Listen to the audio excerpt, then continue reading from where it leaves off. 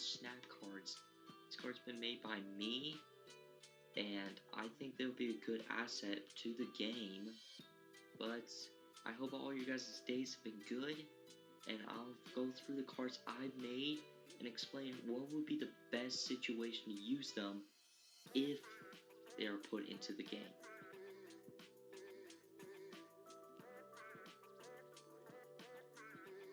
Alright, the first card we have here is, if I mispronounce them, I'm so sorry. Marvel names are sometimes very hard to pronounce.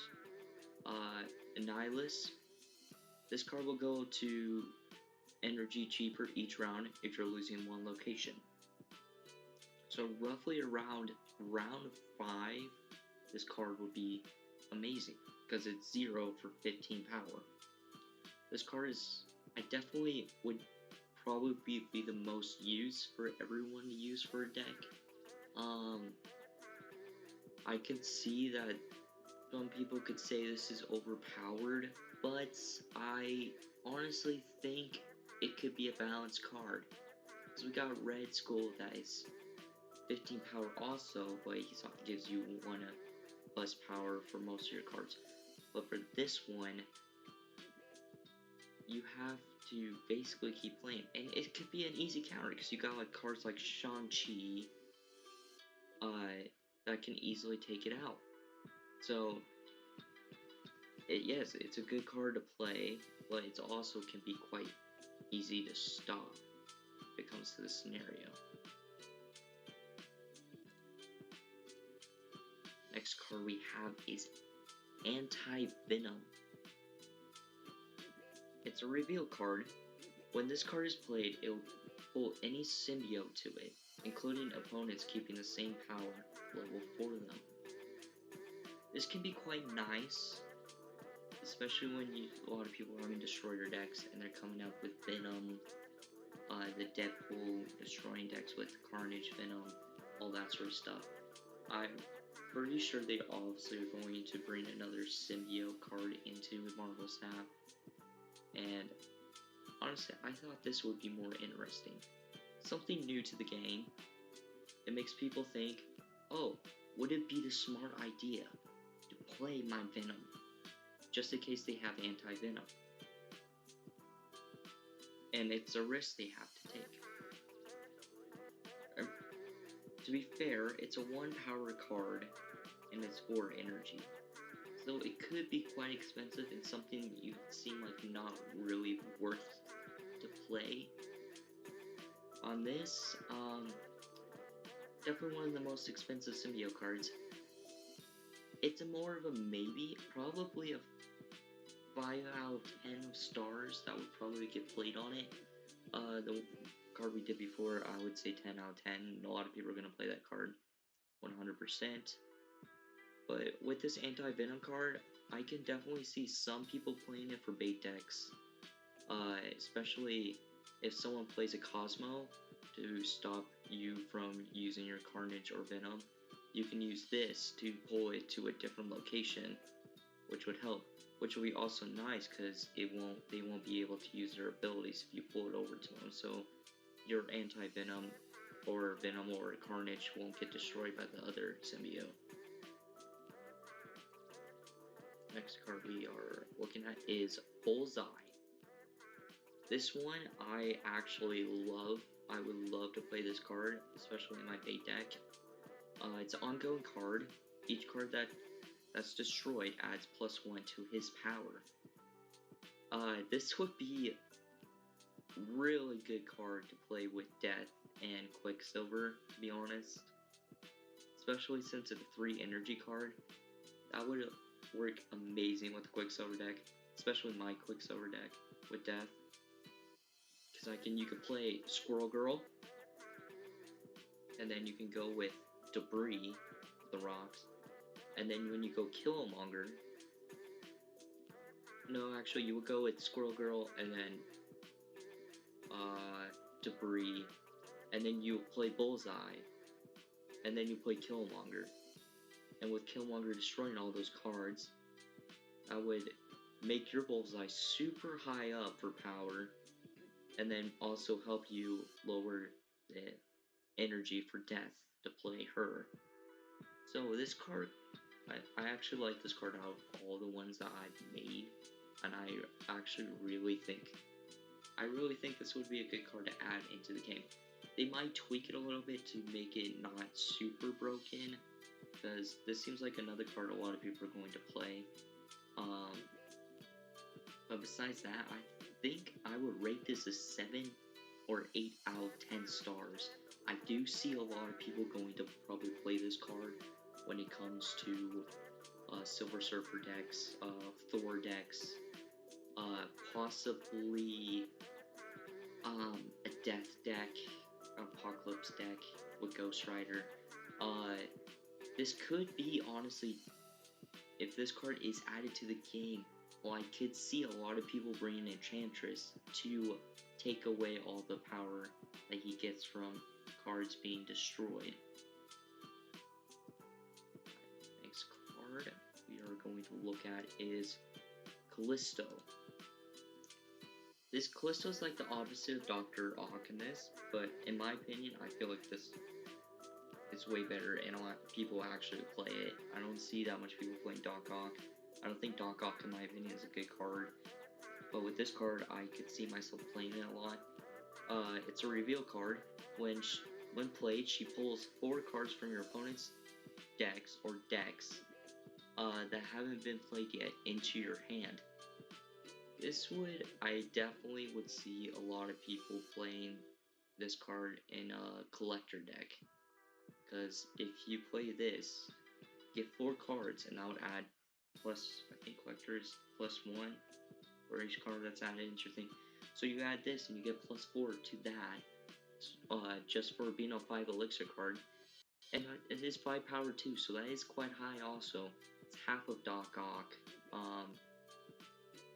I definitely would probably see more of it being a collector deck. Be into it. Daredevil, and then Devil Dinosaur, and then you got Moon Girl. So this definitely could be a very nice nice card to have in your collector deck. Even you can also, it sounds like you could take 4 cards away from your opponent, and you can use them. So that could be nice. Like, let's say if you had a lot of Hulks, and you pulled Shang-Chi away from them. They can't use Hulks when you place everything down for gamma radiation location. So that would be quite nice to have this card you put into the game, especially for my collector deck. I'm not very great at collector decks, but if this card was added, I definitely would throw it into my collector deck.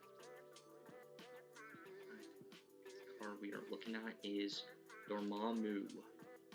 It's a reveal card also. When this card is played, it destroys all your cards on the board. Each card he destroys will be +1 energy to play next turn. It's a 4 energy card. That is a little bit on the iffy side. Because when it comes to round 4, you don't really have that much cards placed on the board unless you're doing a Kazar deck with Ultron.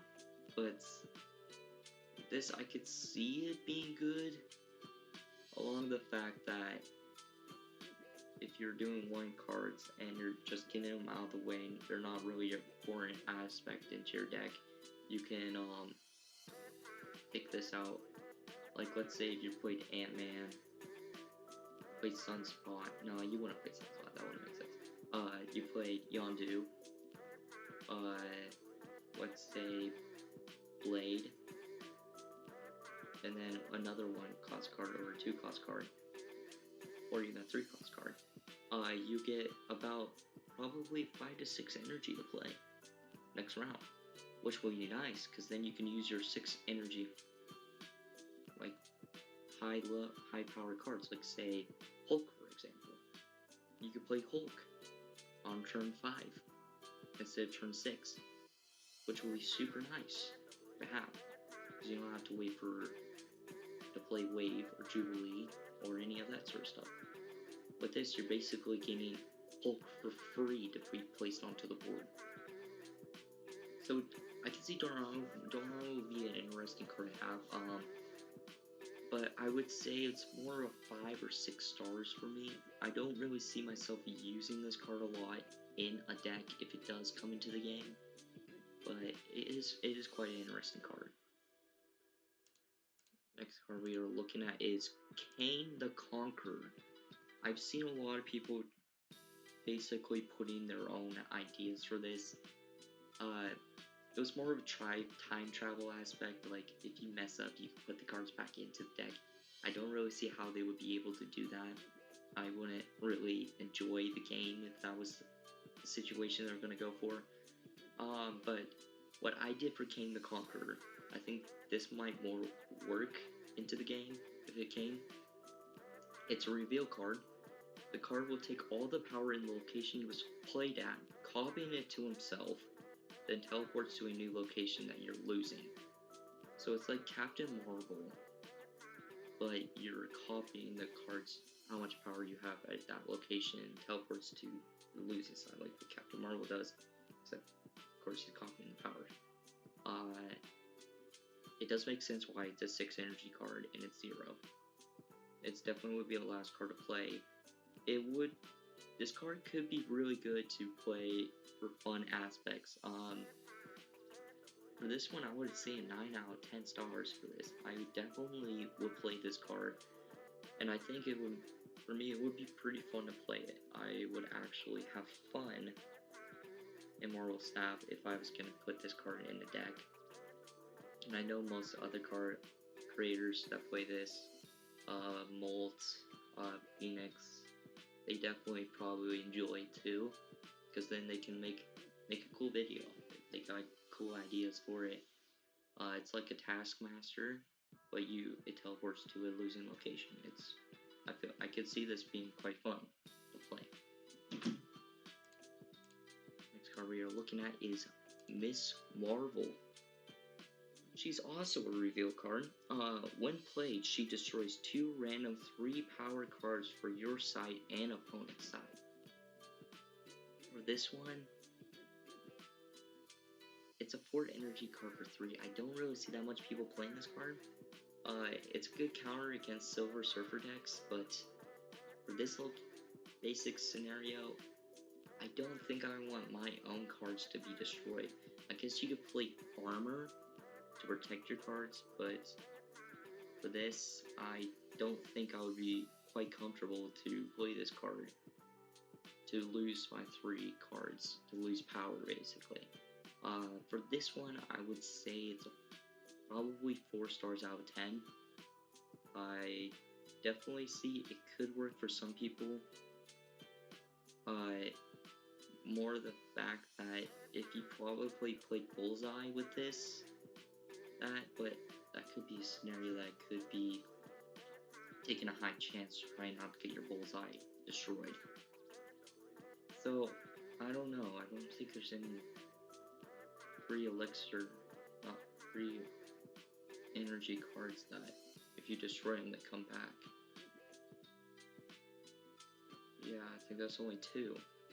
So, yeah, this one could be an interesting one. I don't really see a lot of people going to be probably playing this card, but I definitely probably play it once or twice.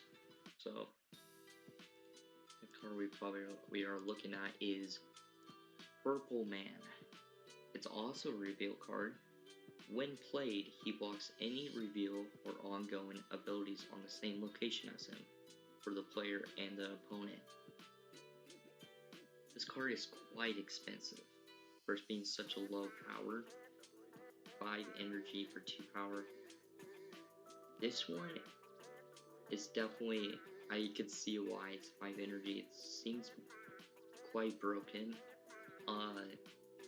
For Leech, it's like a Leech basically. You're losing the abilities, but it's for the cards that are played at the same location as him.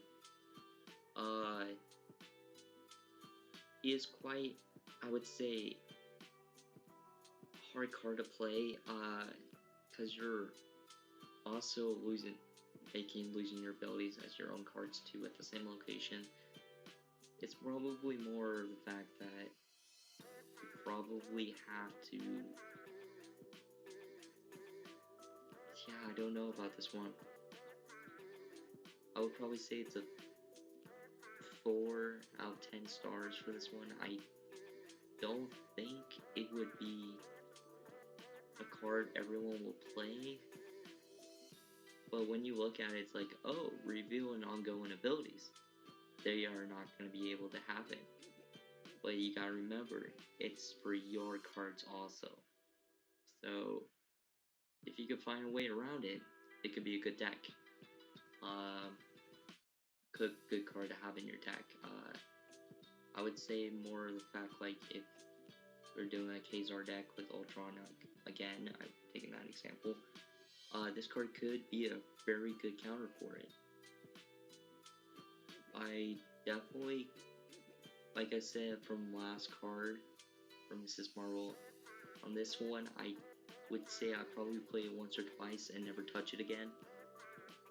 But I could see a lot of people, a lot of other people figuring out a way to go around it and making it work. So the next card we're gonna look at is Pyro. I did show this card to someone else. I showed it to Molt. Thought it was interesting. I also I think it's quite interesting too. It's a reveal card. When he's played, he turns the location he's played at into a fiery pit, allowing no cards to be played for future rounds at that location. This card could be a good replacement for Storm or Rhino for your Silver Surfer deck, since it's a 3 energy card, it's 3 power. The only issue about it is, for like example, Storm, if you play her, you can still play one more card or any other card there for next round, and then it gets flooded. For this one, you're playing it, and the next round you can't play any more cards there. So I guess it is like Storm. What am I talking about? it is like Storm. But I could see it definitely working if you played a couple cards in location, then you played there. Your opponent can't play a card there, so it's definitely a good card. It's definitely a good card to have in your Silver Surfer deck. I would say this would probably be 8 or 9 stars out of 10. This is definitely a good card to have in your deck, and I definitely will play it more than once, especially in my Silver Surfer deck, or if I'm probably a bait deck or anything like that, I definitely will go for.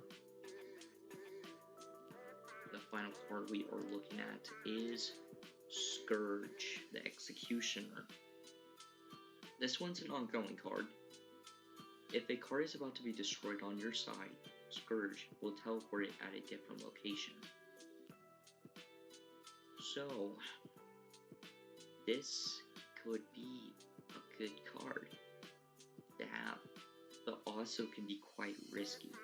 That's like, for example, Fisk Tower for a location. He teleports it to save your card. He could teleport it there and still get it destroyed. So it's a very risky card to have. It's a 4 energy card and 5 power. I do like the power being higher than the energy, but there's no way for you to stop it with a Killmonger. I guess it's more if you were going to play Deathlock. If you had no other card to play and you need to play Deathlock, it would teleport it away. But the issue too is if you're about to play Carnage, let's say on Wolverine and Nova, could be a chance Scourge the Executioner will try to save him. Because let's say if you're trying to save Venom or Carnage for last, to save that power up, to go with a Taskmaster to get high power on it, and you played Scourge the Executioner on round 4, this card could prevent you from doing that sort of thing. So in that scenario, I would say this would be, my opinion, 6 or 7 stars out of 10. I could see it working with decks, and possibly saving your cards from bad locations or anything like that, like Death Domain or anything like that. But it's also quite risky. I definitely would possibly play it once or twice, like most cards I mentioned here. But out of all the cards we looked at, there's only about one card I would say would be amazing to have, and that would be Nihilus. A Nihilus is so good. You're taking this card will go 2 energy cheaper each round if you're losing one location. True. If you want to do this, you gotta lose a location, which is not quite hard to do. So you're basically getting this card for free. Out of all the cards that we've looked at, this definitely is the best card to have. 100%. Alright, guys, thanks for watching the video. I am happy that you looked at my cards. Comment down below for the card ideas, which card you would like to have in your deck out of these cards, and definitely choose the strongest one that you think would be the best to have and the weakest one. I would love to know. I hope you guys are all having a good day.